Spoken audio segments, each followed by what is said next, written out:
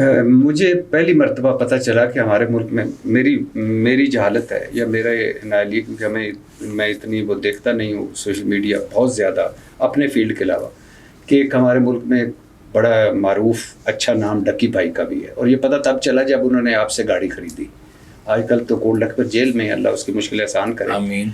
तो डक्की भाई को आपने कैसा पाया है बंदा? और आप सुना बड़ी महंगी गाड़ी आपने बेची थी। बड़ी महंगी गाड़ी उसको बेची थी कि वैसी महंगी थी? ऑडी ई-ट्रॉन जीटी थी उस ज़माने में। हाँ, it was very new thing at that time, 3 साल पहले। और उसको कैसा पाया? मैं जितने भी कंटेंट क्रिएटर्स हैं हर फील्ड के, वो डॉक्टर हैं, इंजीनियर हैं, एंटरटेनमेंट इंडस्ट्री से हैं, क्रिकेटर्स हैं, सबसे मेरी दोस्ती है। बिकॉज सब जब गाड़ी लेते हैं तो मशवरा करते हैं।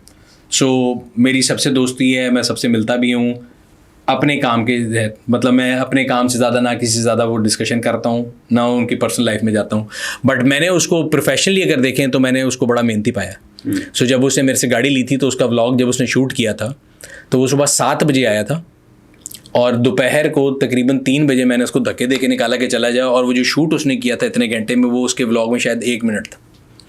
सो मैं अपने सारे दोस्तों को बताता हूँ कि हम उसके कंटेंट से डिसएग्री कर सकते हैं, हम हर चीज़ से डिसएग्री कर सकते हैं, बट एक चीज़ जो मैंने तमाम लोगों में कॉमन पाई है, वो क्रिकेटर हो, वो फिल्म स्टार हो, वो व्लॉगर हो, वो फूड व्लॉगर हो, वो कुछ भी क्रिएटर हो, कुछ भी हो, तमाम कामयाब लोग जिन सबसे भी मेरी इंटरेक्शन हुई है उन सब में एक चीज़ मैंने कॉमन देखी, वो हार्ड वर्क है।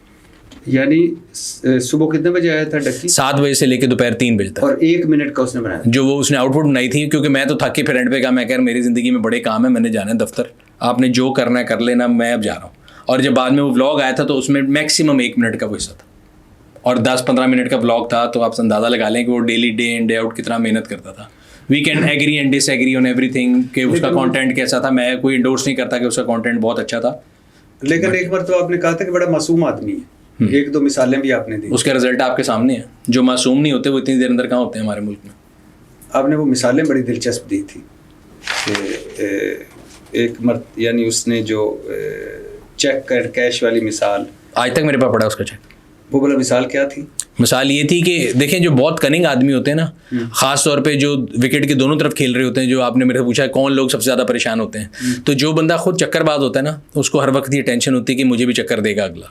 तो किसी भी शोबे से लोगों जो खुद असल में चक्करबाज होते हैं ना और ऊपर से उन्होंने लिबादा उड़ा होता है, वो सबसे ज़्यादा शक्की होते हैं गाड़ी लेते हुए कि मैंने आया ना कर दे, बिकॉज उसने दूसरी तरफ रह के देखा होता है कि क्या क्या होता है। तो उसके साथ मेरी जितनी भी इंटरेक्शन रही है हमेशा, मैंने कभी उसको नेगेटिव, कनिंग, बैक बाइटर इस तरह का नहीं पाया। बाकी उसकी पर्सनल लाइफ है, वो क्या कंटेंट प्रोड्यूस कर रहा है, that's none of my business. वो जो सब्सक्राइब का बटन है वो आप अपनी मर्जी से दबाते हैं, वो किसी के गले पे पिस्तौल रख के नहीं रख रहा। हम बहुत से लोगों को फॉलो करते हैं, जो मुझे भी फॉलो कर रहा है उस पर भी किसी ने पिस्तौल नहीं रखी, जो आपको फॉलो कर रहा है उस पर भी नहीं रखी। ईच इज़ टू ओन है। सुना है आपके जो घर के पिछले लॉन में ये सारे इकट्ठे होते हैं, ये सारे यूट्यूबर्स, आप खाना देते हैं? यूट्यूबर्स नहीं, सारे लोग इकट्ठे होते हैं जितने मेरे दोस्त। यूट्यूबर्स भी हैं, क्रिकेटर्स भी हैं, सिंगर्स भी हैं। मैंने आपको बताया कि मैं जनरली एक वेलकमिंग आदमी हूँ टुवर्ड्स एनीबडी जो मेरे साथ अगर बात कर रहा है और सलीके से कर रहा है। मेरा नहीं ख्याल देयर वुड बी एनीबडी जो कि मुझे मैं कहूँ कि जी मेरी हिट लिस्ट पे है या मेरी किसी से बनती नहीं।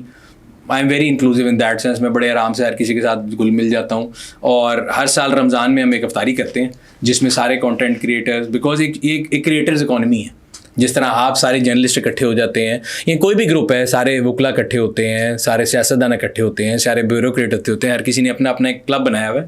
तो आई कीप टेलिंग देम, और मैं उन सब में से या तो उम्र में भी बड़ा हूँ, तजर्बे में बड़ा हूँ, तो मैं उनको गाइड करता रहता हूँ। मैं उनको हमेशा कहता हूँ कि यार ये ऐसे कर लो, ये ना करो, ये करोगे तो गलत हो जाएगा।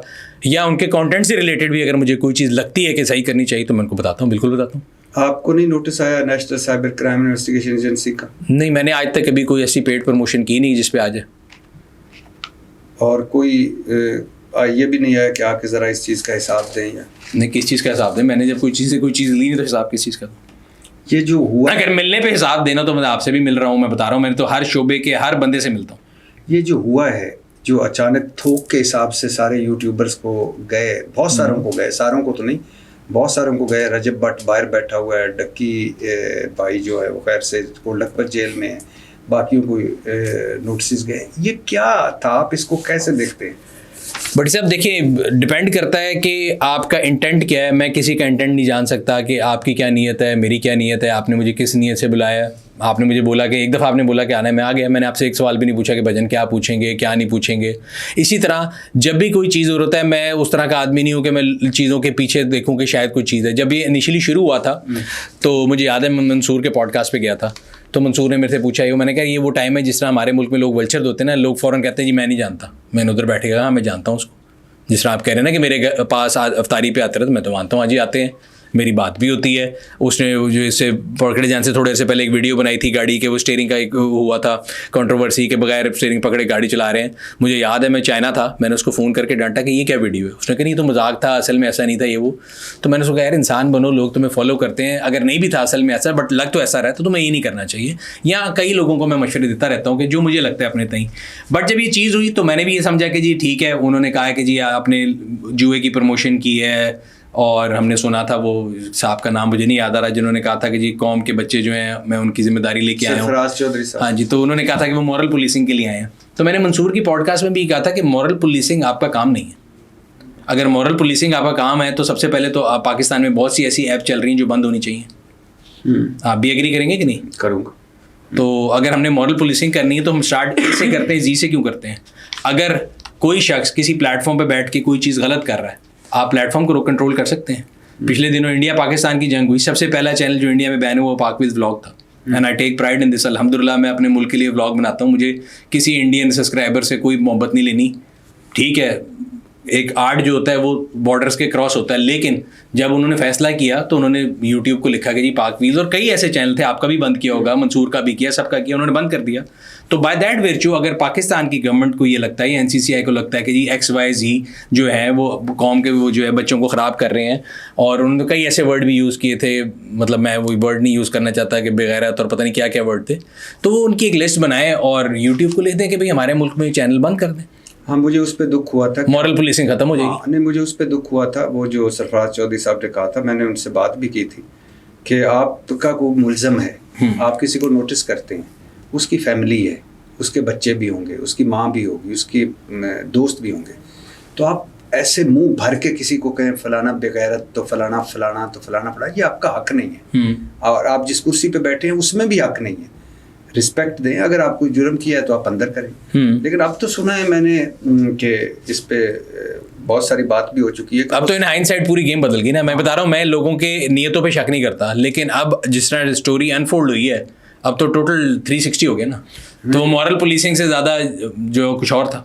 मुझे बड़ा दुख हुआ है, हालांकि मुझे बड़ी तवक्कुआत थी और अभी भी हैं NCCI से, कि वो सोशल मीडिया में जो अभी मैं इस पे आऊँगा सोशल मीडिया के इस्तेमाल पे, कि सोशल मीडिया में बहुत सारी चीज़ें ऐसी हो रही जो नहीं हो रही। मिसाल के तौर पे मैं उठ के यूट्यूब से आपको करता हूँ कि सुनील मंच को मैंने देखा, फलाने जगह उसने फलां गाड़ी कसी ये कर दिया, सारा झूठ। हमारे यहाँ आप केस करेंगे तो भुगते रहेंगे फिर। सही कह रहे हैं। तो वो इसके लिए, लेकिन मुझे बड़ी हैरानी हुई और दुख हुआ कि वो सारे लोगों को उन्होंने उठा लिया है जो मॉरल पुलिसिंग कर रहे थे, और अब कई कहानियाँ खुली कि वो डीलें कर रहे थे, नोटिस देते थे, फिर पैसे लेते थे, फिर उसके बाद मंथलियाँ ली जाती थी, और ये रैकेट था बड़ा और बड़ी हाई सतह पे, और फिर एक एजेंसी का नाम यूज़ करते थे, और फिर उसके बाद वो क्या कहते हैं, अब उसका बड़े वसी पैमाने पर हाई लेवल हो रही है ये तहकीकात। बट साहब मैं बड़ा अगेन पॉजिटिव आदमी हूँ, मैं हमेशा कहता हूँ कि बुराइयाँ हर जगह होंगी। सो NCCI एक बेहतरीन इदारा है, उसमें अगर कोई बंदा गलत काम कर रहा था तो वो अब जनाब कैफरे किरदार पे पहुंच जाएगा। इसी तरह पुलिस है, इस तरह डिफरेंट इदारे हैं, इवन ब्यूरोक्रेसी है, सियासतदान है। मैं हमेशा कहता हूँ कि थिंक लोगों की पॉजिटिव साइड पे देखना चाहिए बजाय कि नेगेटिव साइड पे। मक्खी होती है ना, वो गन पे बैठती है। हम इंसान हैं, अशरफुल मखलूक़ात हैं, हमें देखना ये चाहिए पॉजिटिव क्या है। मैं जब किसी यूनिवर्सिटी में जाता हूँ मैं उनसे कहता हूँ कि यार आप सब छोड़ दें। हम सब ये कहते हैं कि जी सियासतदान बुरे हैं, mister X, mister Y, mister Z, इतने परसेंट उतने परसेंट। मैं कहता हूँ आप कोई करप्टरीन सियासतदान उठा लें, उसकी ज़िंदगी का एक दिन करके देखें ज़रा, कि किस कहते हैं ना पंजाबी जी, केस पा बिक दिए। वो दिन में 4 जनाजे पकड़ेगा, 5 दफ़ा थाने जाएगा, 6 इनॉग्रेशन पे जाएगा, 4 शादियों पे जाएगा, फिर इधर उधर के मसाइल सुनेगा, फिर जाके इजलास अटेंड करेगा। तो कोई भी चीज़ मेहनत के बगैर नहीं आती। बिट साहब कंटिन्यूस इम्प्रूवमेंट, सिस्टम को चलने दें, इदारों को चलने दें, NCCI हो, पुलिस हो, पार्लियामेंट हो, कोई भी इदारा हो। और दूसरी तरफ जो आप कहते हैं ना, जिस इदारे का वो नाम यूज़ करते हैं, हमारे यहाँ पे ना जनरली एक फैशन बन गया है। बचपन में हम एक टर्म यूज़ सुनते होते थे कि whatever I do wrong I blame it on al Qaeda. So हमारे मुल्क में जो कोई गलत काम कर रहा होगा ना, वो कहेगा जी उन्होंने कराया। वो क्या उन्होंने कराया?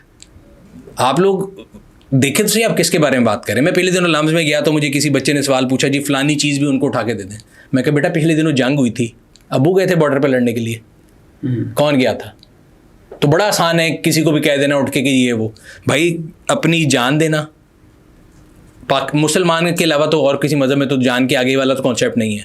सो अपनी जान अगर कोई बंदा देने के लिए आपके मुल्क के लिए तैयार है, आप उसको इज्जत भी नहीं दे सकते। तो मैं ऐसे किसी बंदे के लिए बिल्कुल कोई, जैसे कहते हैं ना, मैं बड़ा इंक्लूसिव आदमी हूँ, लेकिन जो हमारी फ़ौज के बारे में गलत बात करता है ना, मैं नहीं लेता इस बारे में। मैं कहता हूँ कि यार at the end of the day फिर वही बात है, आप जिस मर्जी पार्टी को सपोर्ट करें, आई कुडंट केयर लेस, आपने नून लीग को वोट देना है, आपने पीपल्स पार्टी को देना है, आपने PTI को देना है, आपने JUIF को देना है, जिसको देना है आप दें। फ़ौज को छोड़ दें, उनको आप बिला वजह पोलिटिसाइज ना करें, उनके ऊपर आप जुमले ना कसें, क्योंकि जिस दिन इंडिया के ड्रोन आए थे, इन जितनी पार्टियों के नाम है इनमें से कोई कुछ नहीं कर रहा था, ना कुछ कर सकता था। At the end of the day आपके बॉर्डर्स की हिफाजत आपकी फ़ौज करती है। तो अपने घर में भी ये होती है ना कि एक बुजुर्ग की सैनिटी होती है, उसको कायम रहने दें। अब्बा जी तब तक होते हैं जब तक आप उनकी इज्जत करें, वो अब्बा जी नहीं कहते आप। तो इसी तरह अगर आपकी फ़ौज आपके मुल्क के सरहदों की हिफाजत करिए तो गिव देम ड्यू रिस्पेक्ट। उनके नाम को गलत जगह पे इस्तेमाल अगर कोई बंदा कर रहा है तो आपके सामने आ गया ना रिजल्ट।